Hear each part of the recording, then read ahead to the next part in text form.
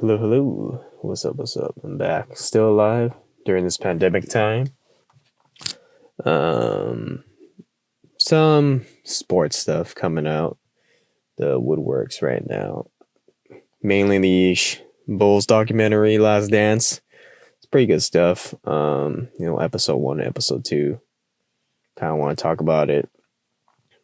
Um, also want to touch upon, I guess, Bad Boy Pistons with Isaiah Thomas as well.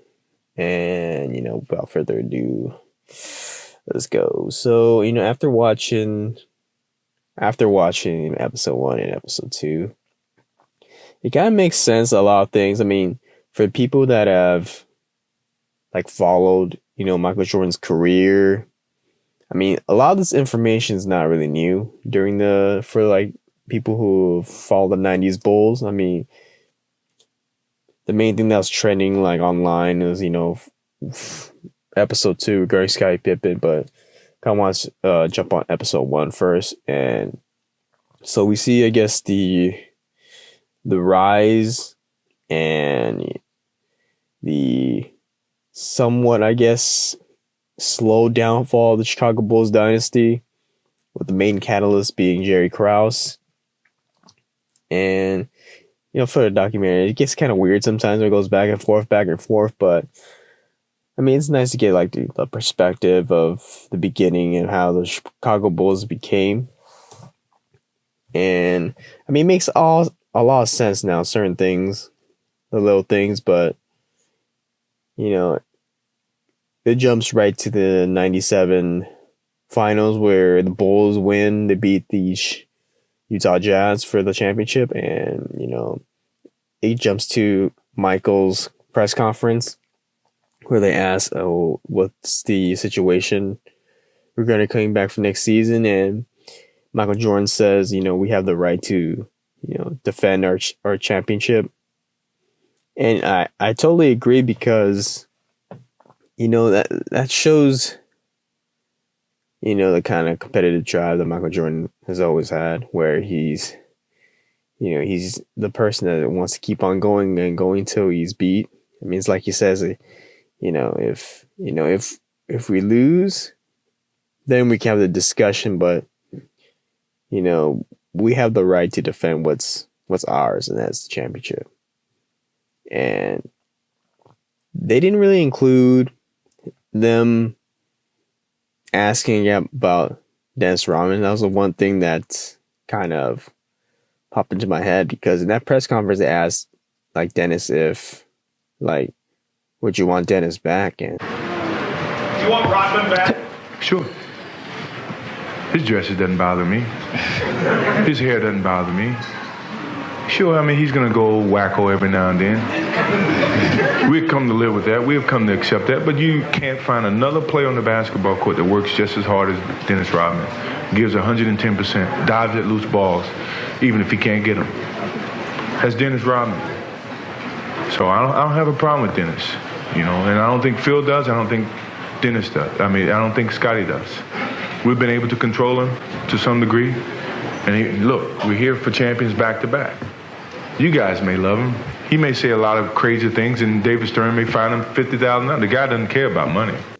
Michael Jordan, he says, sure, of course he wants Dennis back. He wants everyone back to making another run for the championship.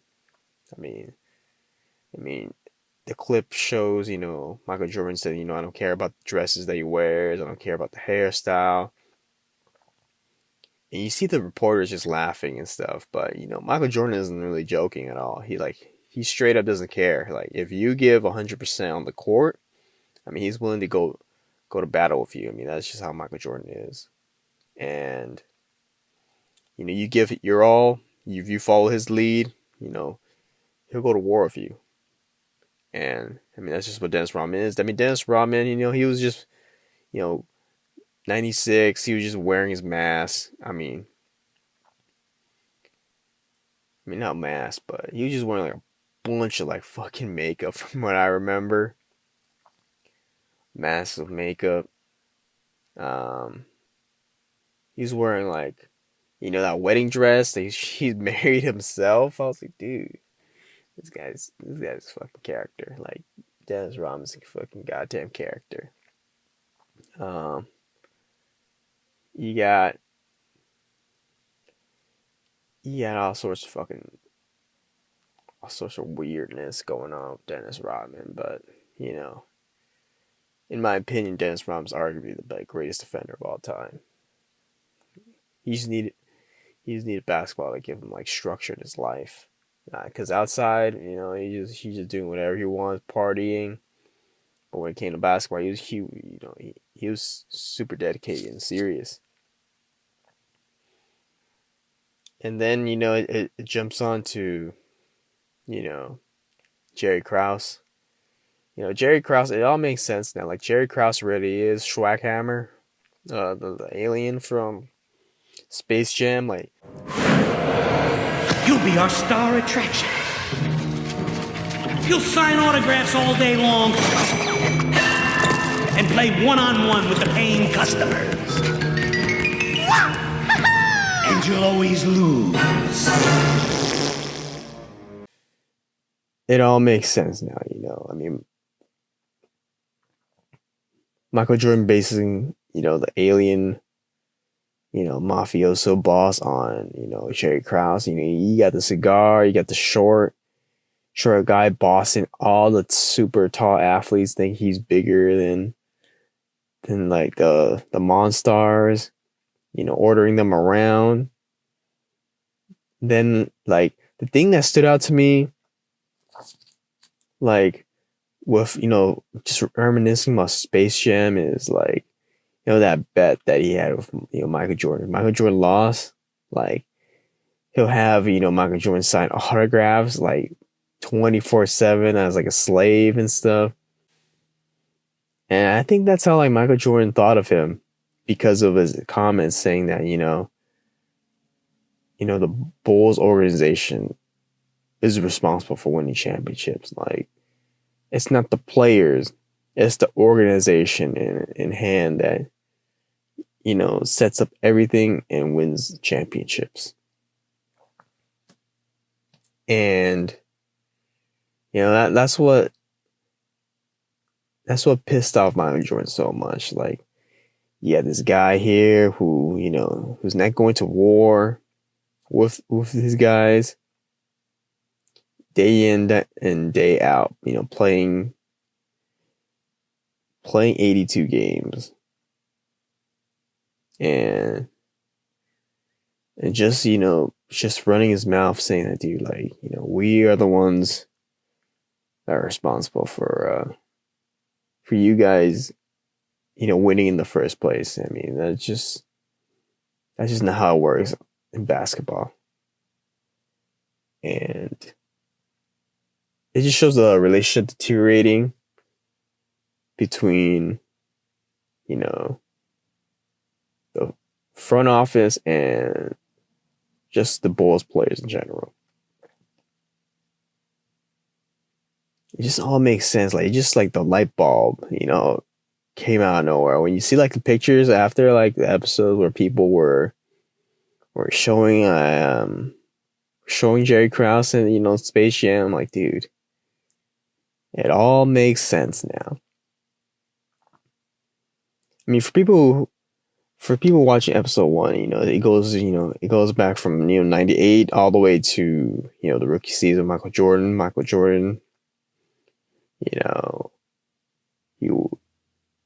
he comes to the Chicago Bulls, drafts him third draft pick. They show like Bobby Knight saying he's the greatest player that he's ever seen, due to his competitive drive and how he practices and the amount of effort he does. Let's see. Thinking about the episode 1, did they show? They did show the Olympics were the people that are going to the Olympics in 1984, I believe 1984 or 1985. It was like some year where where the U.S. was only using like college players instead of like NBA stars to play and represent the United States of America. Um, in that scenario of the Olympic team, I think they had Michael Jordan, they had Patrick Ewing, I think they had Charles Barkley. They had like a bunch of like future Hall of Famers that were going to go to the NBA, play against the current All Stars in the league. So you got like guys like Larry Bird, Magic Johnson. You guys got like Kevin McHale, like all these like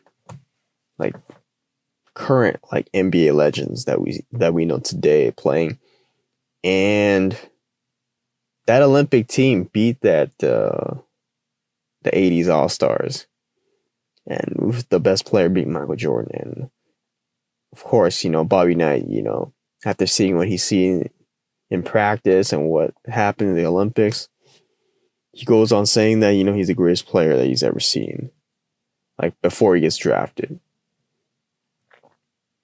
Now you got the Rockets picking Hakeem Olajuwon, and then you got the Portland Trail Blazers picking Sam Bowie because they already had Clyde Drexler, and they didn't want another guard because during that time it was kind of unheard of to put two guards that play the same position like together, like as we have now today, where wing players, like wing tandems, are great in the NBA.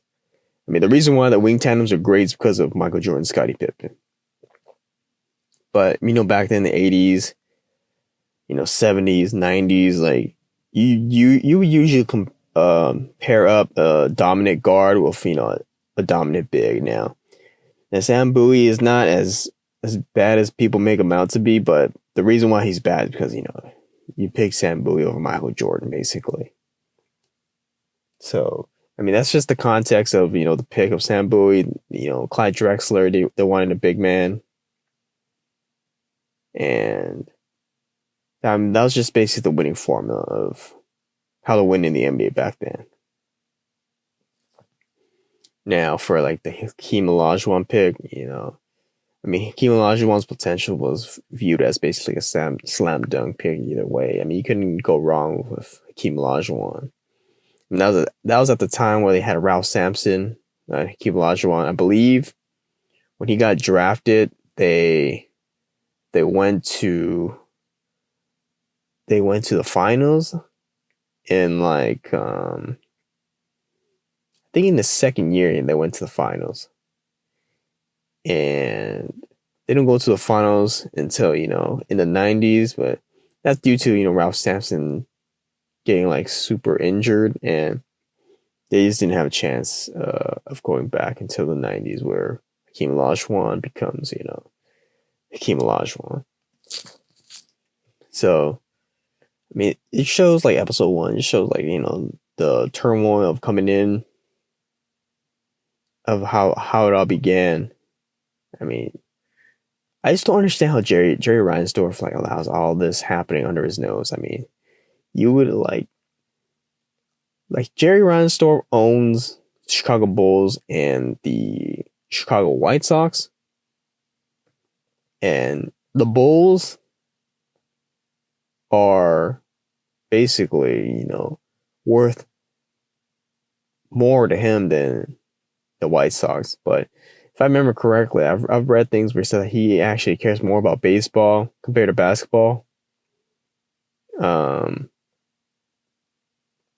But that may be true actually, because it feels like he picked Jerry Krause, who was originally a baseball scout, from him, and it just transitions him to the basketball front office, and the Bulls just set up their team for the future with him that will ultimately result in basically the 90s Bulls. Now, I'm not trying to trying to say that Jerry Krause is, a bad GM or anything. I'm just saying that, how could you break up a dynasty that still had some legs left for like one more run at least. Like that's the issue there. Like the lockout season comes out the next year. You know, Dennis Rodman has said that they've had legs for like 50 games. Like there is no way that they wouldn't have won the championship. I mean, even Scotty said like we would have won 50-0. I mean, the reason why they wouldn't win 50-0 is because they're just a veteran championship team who has so much experience. So they would be able to take advantage of, you know, circumstances like that.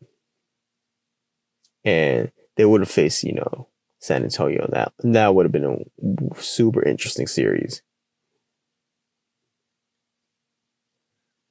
But, you know, it is what it is sometimes. Now, moving on to like episode 2, like, you know, we dive down to the Scottie Pippen issue where he signs like a 7-year contract for $18 million, which at the time, like when he signed it, was the biggest contract that the Bulls made, because people don't understand, like when the salary cap and everything jumped up due to, you know, the reason why the salary cap jumped up is because of the Dream Team, where with the Olympics and the 92 Olympics where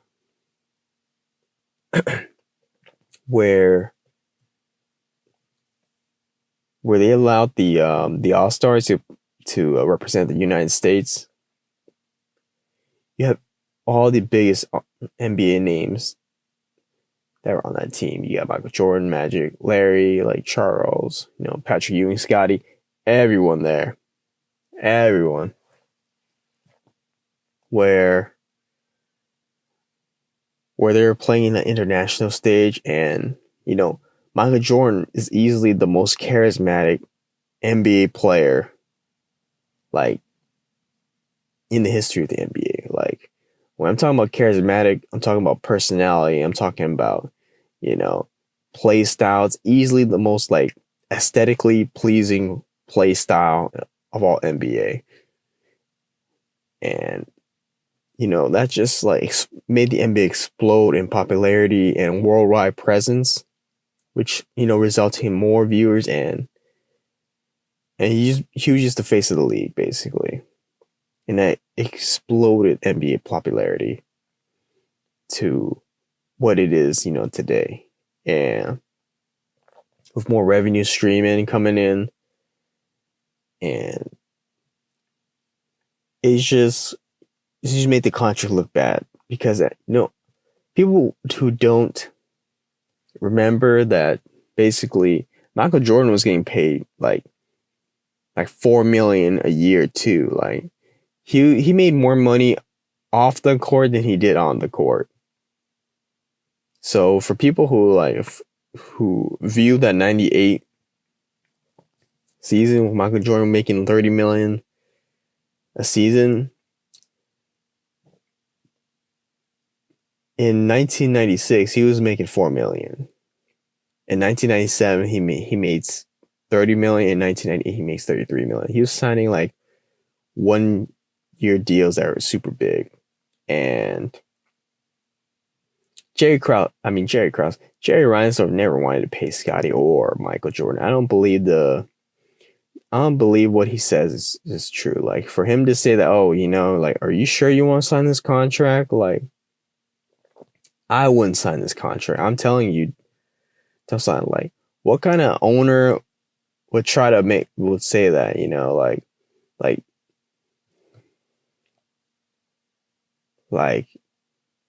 you know Scottie Pippen's worth. He should have easily paid like way more than that. But when Jerry Reinsdorf, you know, signed that check to Michael Jordan, who was paying $30 million, he said that he was going to regret, you know, that deal.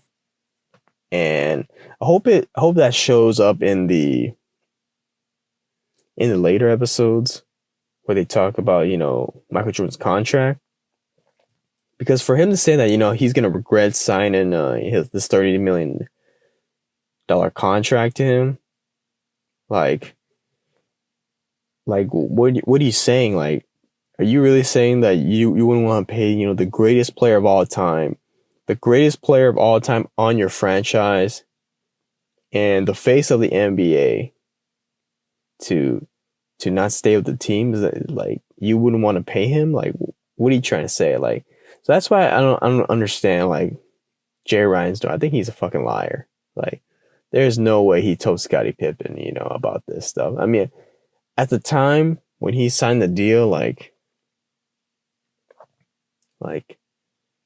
first of all, no one really knew, like, the salary stuff and everything would have exploded after the Dream Team. I mean, that's why, Jay Ryan was probably hesitant on signing that deal as well as Scottie, but it worked out in his favor because of, everything happening. And, it sucks for Scottie, but, a lot of the reasons why the 90s Bulls, were able to, be the 90s Bulls were also because, Scottie Pippen was getting paid way less compared to what he should have been making, which, the salary cap issue stuff wouldn't have happened maybe. The whole team outlook would be way different. But, it is what it is. I mean, obviously, Horace Grant, he left to Orlando Magic because he wanted to get paid. I mean, he wasn't getting paid on the Bulls too, so there's that. Just thinking about it, Tony Kukoc was getting paid way more than him. I think Dennis was getting paid way more than him. I mean, yeah, he was getting like paid super less compared to what he should have been paid. But at the end of the day, Scottie Pippen gets traded to the Houston Rockets. He signs a big deal where he gets paid like, $25 million, I think, on the Rockets.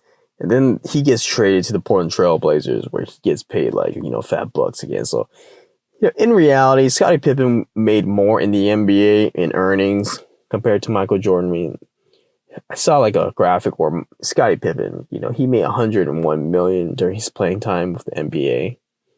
And Michael Jordan made 99, so there's that. But, obviously, Michael Jordan made so much money from endorsements and commercials and whatnot. I mean, this dude basically made Nike to what Nike is. I mean, all those added benefits of, signing that Nike contract where if you sold those original Air Jordan 1s, the red and white ones, he would have made, additional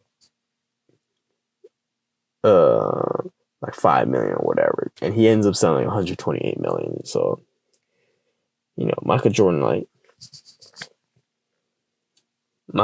all right. So it is what it is. I mean, I feel like Bulls front office is fucking bad. Like if no Michael Jordan, if there is no Michael Jordan, no championships, and the Bulls they get out of the league basically, which is what they were saying in the episode 1. Like, they were not making money until Michael Jordan came in town, and stands and stuff were empty. And once he got drafted, and news came out of his play style and everything changed